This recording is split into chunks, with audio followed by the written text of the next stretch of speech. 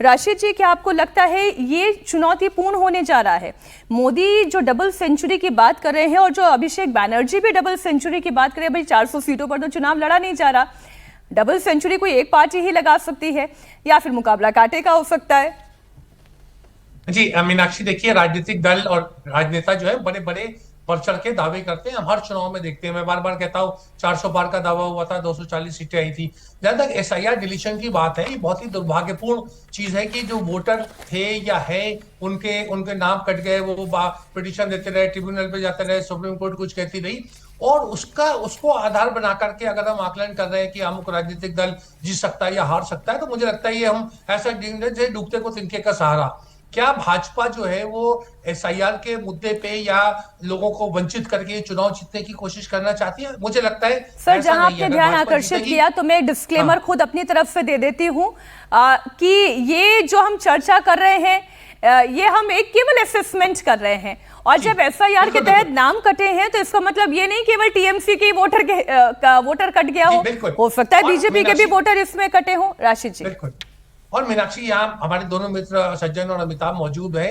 ये भी हुआ है एसआईआर में, और बहुत खुल के कहना चाहिए इस बात को कि एसआईआर में कोई वर्ग विशेष के खिलाफ जाति नहीं हुई है। जो वोट कटे हैं, जहां तक मेरा आकलन और अनुमान है, वो तमाम समुदाय के लोगों को हुआ है, और जितने भी कमजोर तबके के या गरीब या कम पढ़े लिखे, उनको उसका ज्यादा नुकसान हुआ है। तो बहुत से लोग, नेताजी की फैमिली के लोग, बड़े बड़े माननीय लोगों के यहाँ के नाम कटे। प्रिसाइडिंग ऑफिसर खुद सुप्रीम कोर्ट में 64 लोग गए जो इलेक्शन करा रहे हैं, उन्होंने कहा हमें वोट डालने का हक नहीं है, और जज साहब ने कहा कि ठीक है अगली बार देखेंगे। तो ये भी बड़ी तकलीफदेह बात है कि 5 साल का वो व्यक्ति इंतजार करेगा जिसे वोट देने का हक था। इन तमाम चीजों में पृष्ठभूमि देखिए, राजनीतिक दल जीतेंगे वो अपने दमखम पे जीतेंगे। ये टेक्निकलिटी पे, अंपायर के भरोसे कोई मैच नहीं जीतता।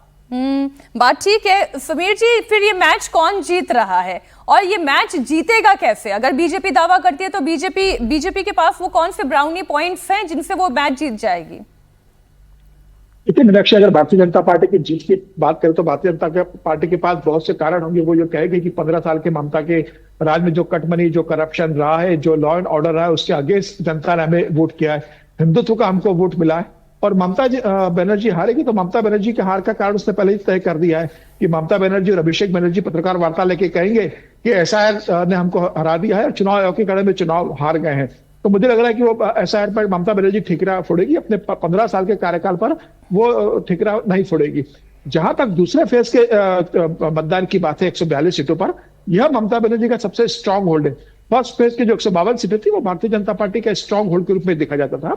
मुझे लग रहा है कि ममता बनर्जी के लिए सबसे बड़ी चुनौती सेकंड फेज में प्रदर्शन करने की है। जिस तरीके से पहले चरण के मतदान के बाद अमित शाह ने पत्रकार वार्ता ली और बताया कि भाई 152 में 110 सीटें हम जीतने जा रहे हैं और बहुत बेहतर प्रदर्शन हमने किया है। वोटिंग में रिकॉर्ड तोड़ हुई है, 92% से ज्यादा वोटिंग पहले फेज में हुई है। तो उम्मीद है कि दूसरे फेज में भी वोटिंग का परसेंटेज जो रहेगा वो 92 उसके ऊपर रहने वाला है। तो सेकंड फेज में ममता बनर्जी की सबसे बड़ी चुनौती है।